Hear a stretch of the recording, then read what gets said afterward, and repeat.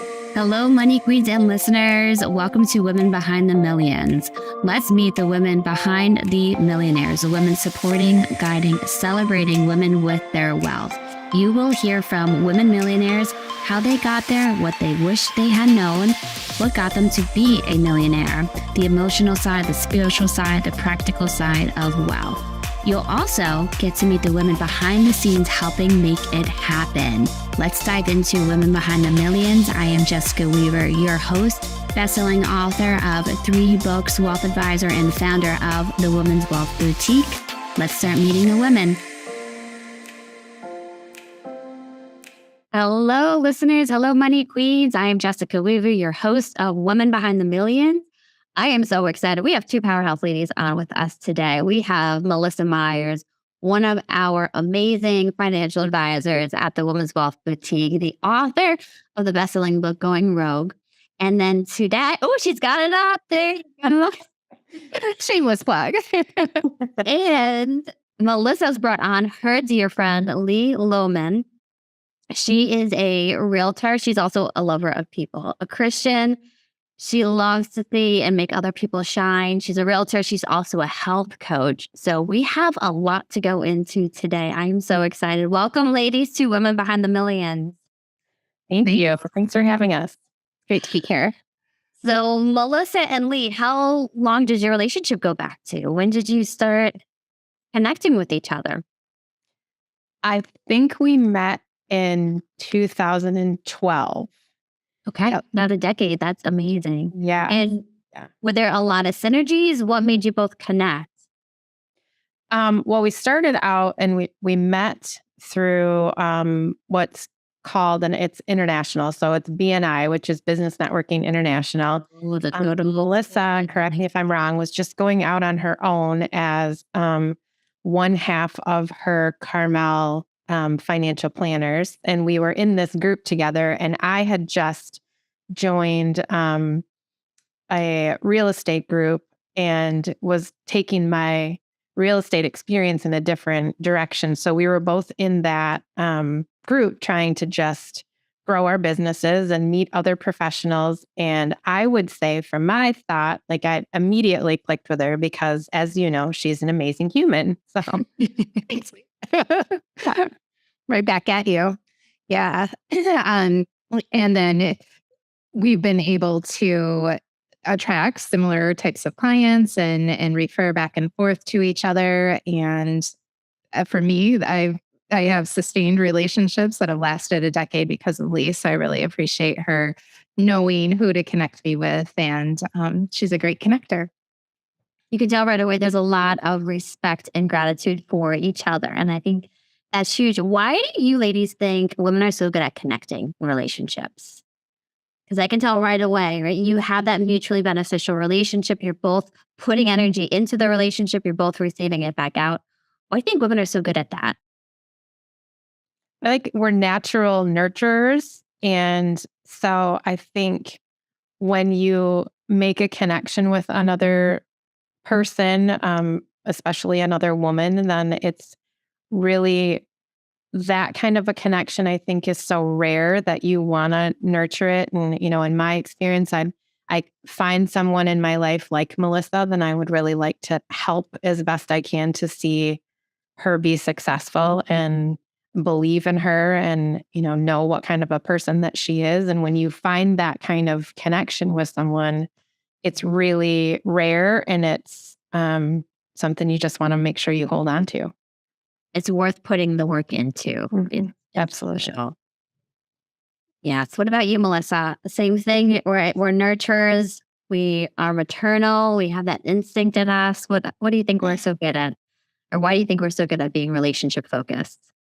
I think all of that. And I think when you can recognize leadership skills in other people, you want to help lift them up and let them continue to flourish and grow into their place of being and where they're supposed to be. And Leigh has, we've shared book titles and really have the perspective and the mindset that we're not done. we're always going to be evolving and growing and impacting others in different capacities in which we, interact with them. And from a professional perspective, from a personal perspective, from just a faith and giving back perspective in the community. Sure. I think when you have all of those pieces lined up, you want to be with other people who share that. Yeah. That's a great point. Are in alignment. I love that you said, and I think this is it too, that nurturing in on the professional level, but the personal level too. Right? I just don't want to know about you on the professional side. I want to know who you are as a person, what your kids are like. It's a different conversation women usually have. Yeah. Especially at networking events. And since we started with this and brought it up, I think this is a huge piece for women to learn, especially if you're in sales or service mode, you're an entrepreneur, you're a business owner, is that relationship as you build. A lot of people go into it thinking, I'm going to show up this networking event to get leads, right? To fill my ship, to fill my boat.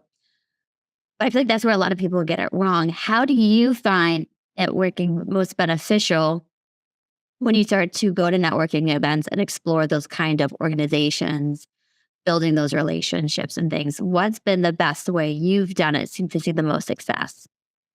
Well, I think you hit a key word in that everything is a relationship business. So when you care about people and you want to create a relationship with them, because when they know you and they like you and they trust you, they're more likely to not only refer to you, but use you themselves. So that's the highest compliment is, take care of me and then also take care of my people. But if they don't know that they can trust you and they don't know who you are as a human, then they're not as likely. And you know that you can always see when someone's just after the paycheck or what can I take from this? And people feel that and it's an instant turnoff, or at least it is for me, but that's an instant turnoff. And so that's just never how I've run my business or even run my life, in the sense of what can I get out of it? I mean,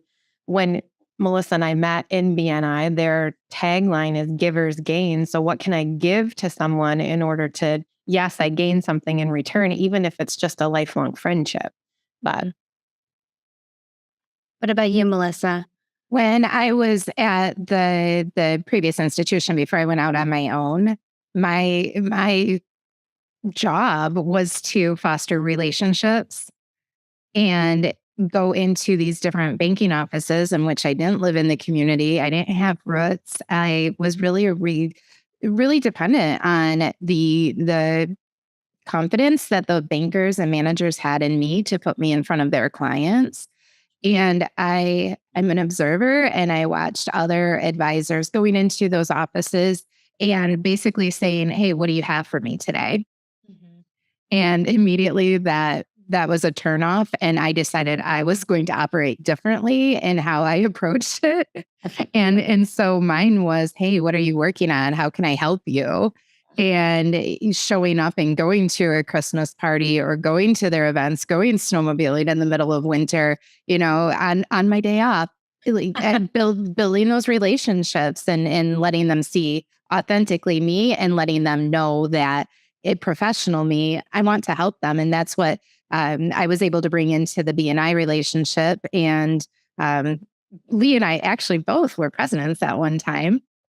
So we were able to help support each other in those roles. And I had to fill big footsteps because she was there out of me. And I was always appreciative of everything that she did because I was able to learn from her by observing. Yes, both of you bring up so many good points. The observing, I love that trick. Being observing, giving, I feel like we're always so quick to jump out and talk and speak. Being quiet and observing, especially clients, right? What is going on in their mind, letting them vent, letting them have some quiet space to figure things out as well. And Leigh, as you're talking about, it's almost like that desperate energy that comes up when people are just there for the sale. You can feel that desperate energy right away. And it makes you think, well, they don't even care about me. So why would they even care about my clients? Right. that I'm going to refer to them either. And I think it's so important for us to make sure that we're not going into these events feeling that desperate energy on ourselves, but feeling more abundant. We'll say, because we talk about this a lot on this podcast and in our works, is that gratitude, and you're more willing to give when you have that gratitude right from the start as well. Leigh, what got you into real estate? It's funny. I graduated from college and I was bartending when I was finishing that up. And I just knew that that wasn't where I wanted to be any longer. And I started working I have a degree in psychology with an emphasis in autism spectrum disorders. And I was working at a private school in an autism classroom. And as much as I loved it, I wasn't making any money. And so I couldn't quit my bartending job and sustain paying my bills. So my sister at the time worked at a title company. No, she wasn't my sister at the time. She at that time worked at a title company. But and so she said, we're looking for someone to come in and examine before we issue a title policy, examine the piece of real estate. And I was like, okay, well, how hard can that be? And so I took that job and I actually really liked it. I learned a lot of skills that I still use in my job today that I don't think a lot of people, a lot of realtors have, in the sense that I completely understand what I'm looking at when I see a title commitment, which is before they issue the policy. And from there, I was approached by a development company that was local to the city that we live in, where their headquarters is, but they had satellite offices in 9 different states. And it was developing where people would buy a vacant piece of property and build their second home or their dream home on either waterfront or mountain view property. And then 2008 hit. And so we had to get creative, and we turned all of what we owned as vacant land into distressed real estate and made ourselves into a brokerage and sold that on behalf of the banks that we had the loans with. So, and then from there, I just decided to get my real estate license and go into it residentially, and, the rest is history. So I started title, and I think I've touched, other than banking, I've touched pretty much each aspect of what goes into a transaction for my clients or for myself too. But yeah. That's got to be a strength, having been on so many different sides of the real estate process. Yeah. And a psychology background. Has that helped you in the work? Listen, I know. I feel 99% of our work is psychology. Probably should major in it. Yes, I think so. I've always been a people person to begin with, but then to understand, what might be, I'm no psychologist by any means, but maybe a little bit ahead of the general population as far as being able to relate to someone or understand where they, this is a very emotional thing, and having the ability to slow it down and really try to understand where they're coming from. But okay. So I do feel like that's been helpful. Yeah. Very cool. That's such an interesting background. Do you miss the work at the school and with the autistic children at all? I do. I think that what I've tried to then do is donate wherever I can, time and money, as far as working in the schools. I still go into the schools now through a program that our church has. And so I'm not in an autism classroom, but I am in a classroom with, I always end up with a student that needs a little extra mentorship. So I feel like I still can use what I was originally interested in and what I went to school for, but just in a different volunteer aspect now. Oh, that's amazing. Yeah. I know. Well, let's talk about giving back, because I know, Melissa, you're very adamant about giving back and your clients. And Leigh, I noticed that with your profile right away, your generosity. How do both of you, I want to give this question to both of you, how do both of you feel that generosity has led to even more success? And you always think about this if you went a lot of times and I feel this at times too, right? I'm so busy, right? Running our firm, taking care of my clients, and then 2 young kids at home. We can feel very scarce with our resources, time, money, things like that. But in the end, especially women, we give back 40% more than men. We want to give back. But we forget that that can lead to more and more blessings coming in our life. Yeah. So because of my background in autism, I can give you a specific example. I started to donate time and money to some clients or friends of mine that I had connected with through like swimming lessons for my daughter when she was a baby. Like there was another mom in the class, and they ended up having a child with on the autism spectrum. And so they have gone so far into now they have a behavioral clinic for people that wasn't offered here. But through meeting them and then helping them with their golf outing and then donating to that and, working the golf outing and things, it's turned into a couple of real estate transactions because I aligned myself with them and then they trusted me to help them with their real estate needs. So, that was a long time ago, and they still to this day, they just listed a commercial property that I don't focus on, but with my business partner who does. So, it's still a connection that I have as far as giving back and trying to stay connected.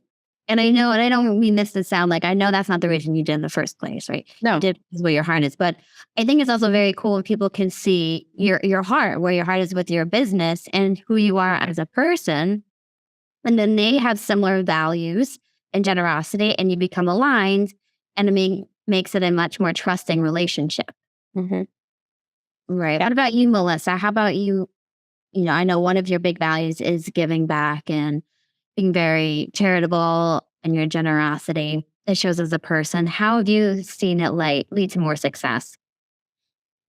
One of my favorite stories is one that wasn't related to my success per se.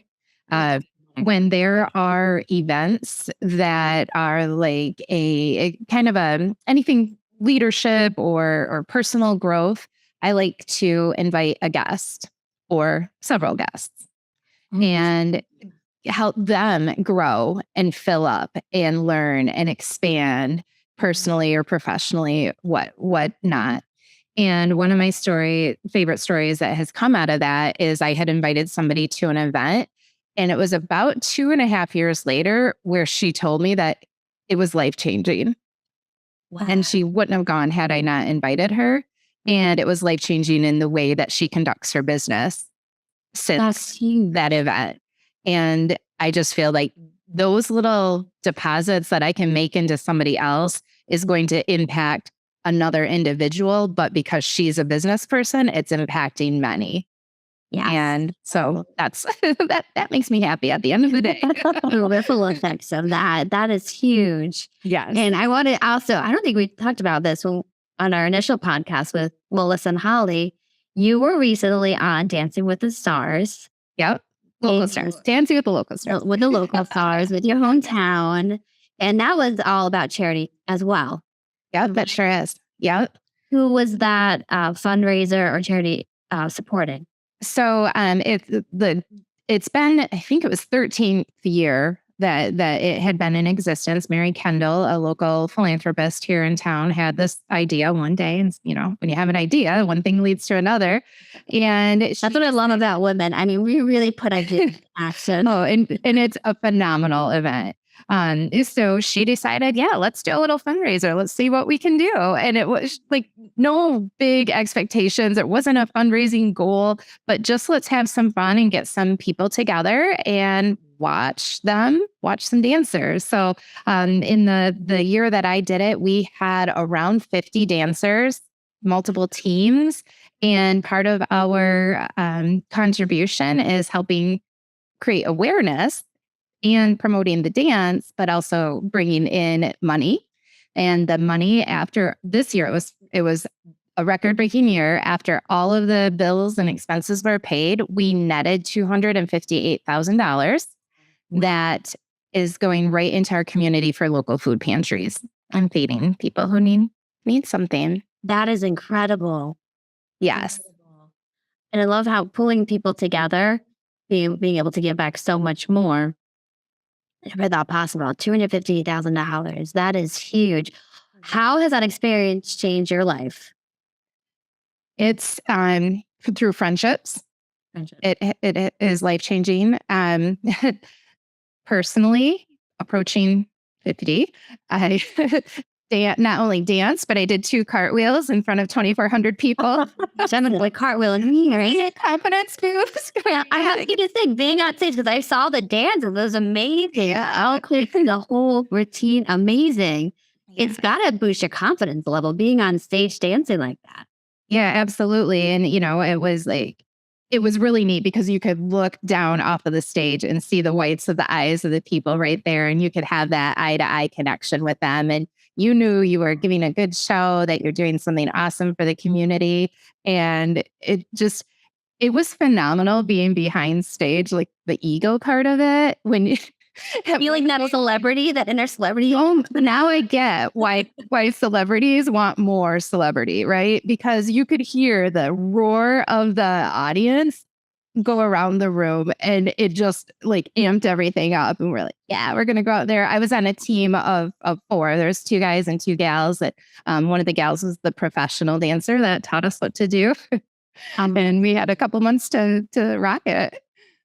It's got to be that adrenaline kick. It must be huge. And I agree, having that celebrity moment, like finding that stage, whether it's receiving an award, doing a presentation in front of, even 20 people, 50 people, hundreds of people. That celebrity moment gives the soul wonders. Yes. And then what's really cool too is afterward, us local stars, we are able to kind of hand the key off to the next dancer. So I was able to nominate some people. Very cool. So Leigh's going to be up on that stage stand. I am. She's good. Have you had a celebrity moment like that, Leigh, that kind of just made you feel like you're on cloud 9? I grew up a dancer, so that was one of the reasons I said yes. But so I've had a couple of those, but nothing like what Melissa just described. So, and not in a very long time. I encourage everybody who's listening to this, be open to those moments because they really will be something you'll never forget, and it will just raise up that confidence level. I don't know, what would you say, Melissa? Your worth, your value, how you see yourself expanding, going beyond what you think you can even do. Did you ever picture yourself on stage dancing like that? I wanted, from the first time that Dancing with the Stars was performed, I knew I wanted to, and you kind of have to be asked to be in it. So I manifested it. It took about 13 years. But, like wearing a costume and you're not sure it's going to stay up, and doing a cartwheel in high heels and doing those things in front of 2,400 people. And it pushes you in a good way right into that confidence area where sometimes I think we as women start to beat ourselves up and not value ourselves, knowing our worth, and really letting a negative mindset creep in sometimes. And yes, that was something that helped me really reestablish my own truth and purpose. So yes, it was a great experience. Thank you for bringing that up, that mindset, the imposter syndrome. Have you ever had that, Leigh, in your business? And is it a lot of men or women, or is it a healthy mix? I think it's a healthy mix, but I think that women are more prone to admitting it and being more vulnerable. So, but yes, I mean, I have to remind myself every once in a while, like I do know what I'm doing and I am good at this. So, and I didn't make up all the things that I've worked for. So, but I do feel that. I think sometimes it's important to feel that way in order to remain in a sense of humility, so that it's important to be confident, but humble at the same time. And that's kind of it's a fine line to walk. Yes, very true. We can't let our egos get away from us. I think that is where a lot of women struggle. I was just on a trip with our creative director, and we were talking about all the different advisors and mindset was the number one thing that kept coming up. Our mindset and our own getting in our own way all the time. Very cool. Now, Leigh, you also are a health coach. How did you get into that? I want to talk about this and how you balance being a health coach and a realtor. Yeah, kind of where's your heart right now? Where does it feel? But let's first start with what got you into becoming a health coach. That's always so. My husband and I joke around all the time because he has like 1,000 hobbies, and I'm like, what is my hobby? Like when I'm bored, I clean. Like I'm boring, or I read, or something. But he's like, your hobby is working out, and being a health coach is not necessarily just about working out, but that has always been something that has been incredibly important to me. And then after having kids, it's being very mindful of what I put in my body and what they put in their body. And because I like to just be a lifelong learner, I decided one day that it might be a good idea because I don't know if I must have manifested it somehow, but it just keeps popping up. This school called the Institute for Integrative Nutrition just kept popping up on like my news feeds and things like that. And so I was like, what is this? And so I clicked on it, and then next thing I knew, I spent $5,000 on becoming a health coach. And 2 years later, I keep adding endorsements because, as I get to when I started it, I was in one space. And now when I'm like mid 40s and I'm looking at, I could really use a class and be able to help women my age with their hormones. So let's take the hormone class. And, gut health is so important. So let's take that class. And so,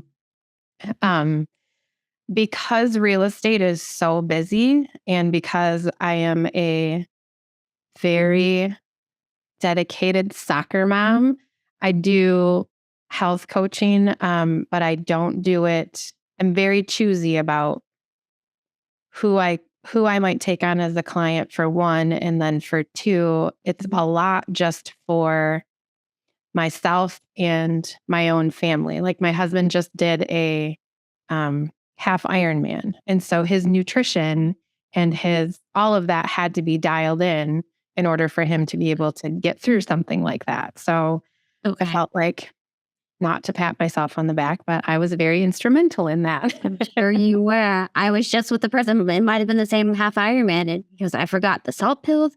I forgot my electrolytes.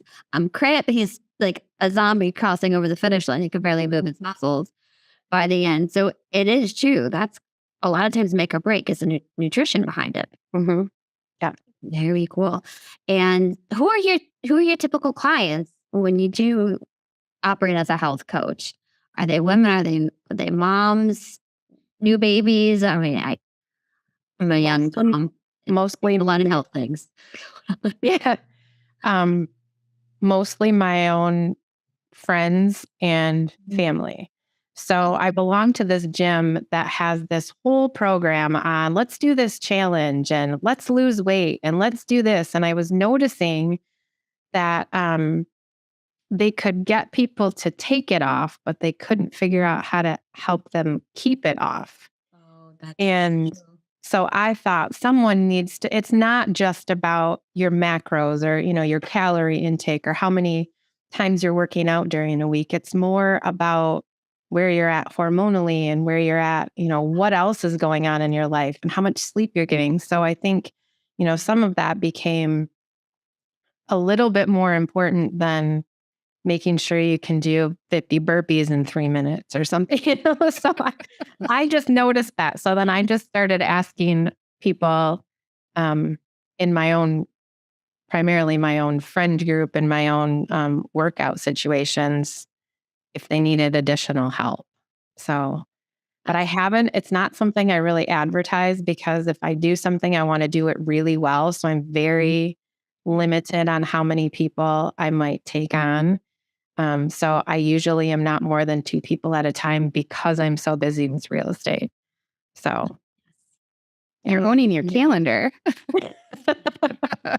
Some boundaries and things like that. Yes. That's amazing. You bring up so many points. Women today just feel like they're under so much stress. And I mean, Melissa and I know what stress does when it comes to their money. Doesn't lead to a lot of good money making decisions, but comes to our health, our digestive systems, the food that we're just putting in, right? If I have a long day and I don't have time to eat, I go home and I binge. And I'm shoveling instead of just those steady intakes I need to do throughout the day. So it's so important to have somebody like you advocating for women in health. We're so busy, we're under stress. We really are taking care of our bodies stuff. But let's get back to real estate before we wrap up, because I want to know what's happening in the real estate markets right now. 'Cause it seems to me crazy. Let me get out my crystal ball. The Wild West. Let's go back to what's happened since the pandemic.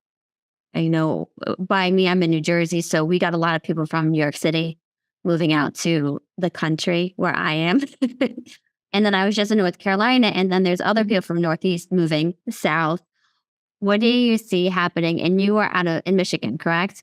I am in Michigan. We're on the West Coast, in the Spring Lake, Grand Haven area.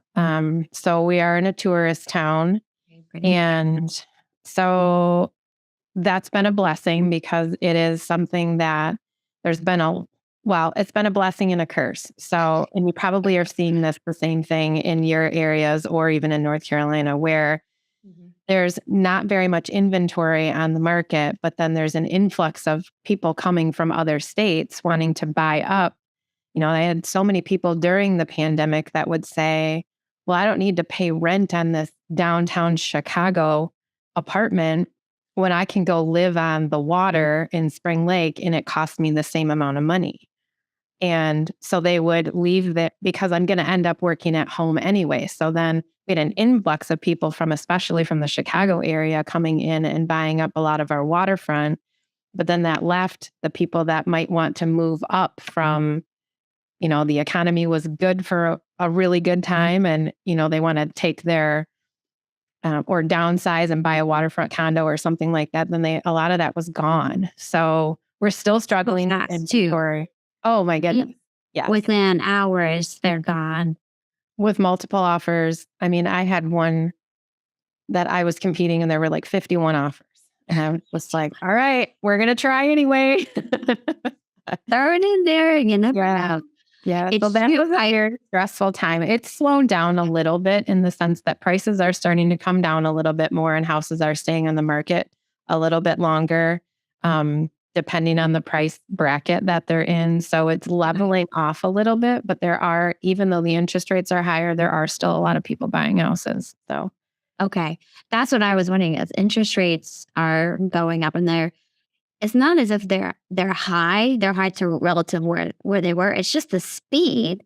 And that, Melissa, you can say too, for our clients, that's causing a lot of anxiety, uncertainty.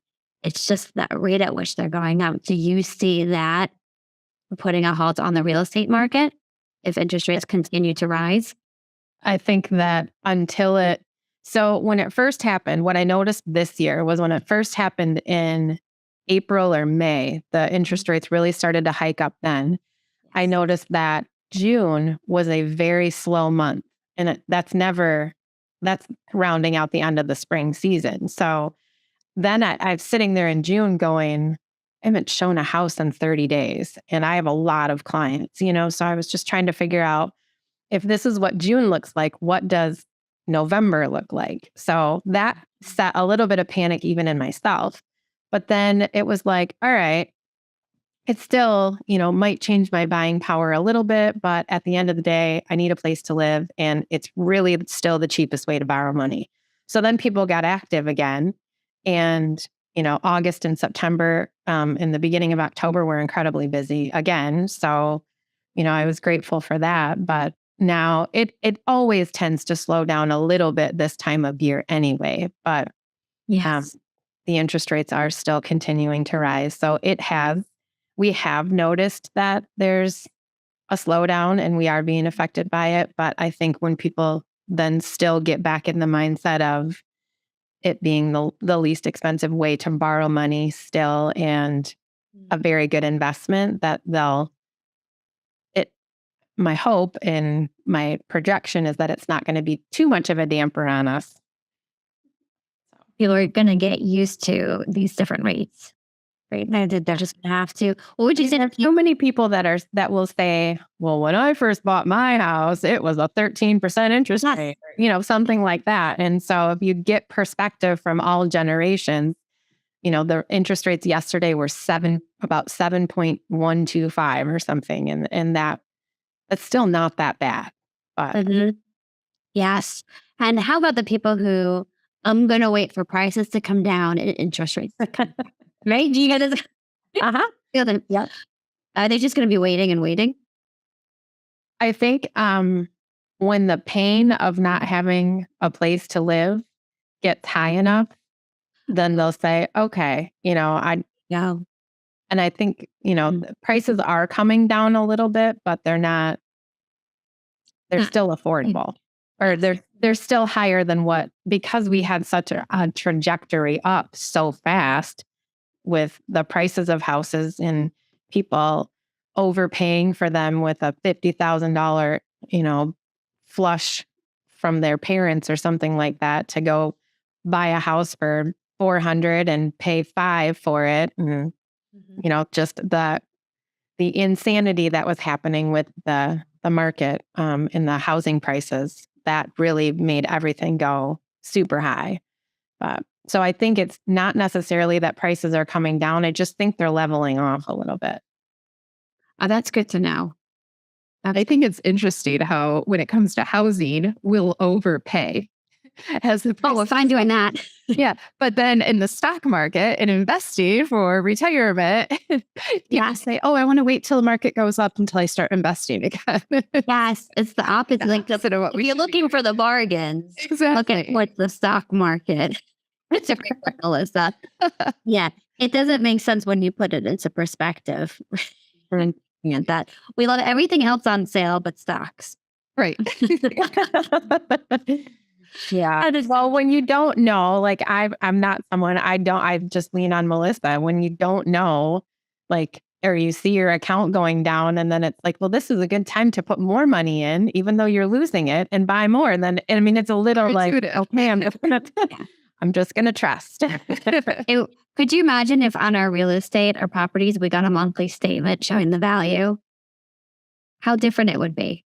Yeah, definitely. Or even when you're sitting in a closing and the person facilitating the closing hands over the amortization statement of a 30-year mortgage, and you see just how much interest you do pay at the end.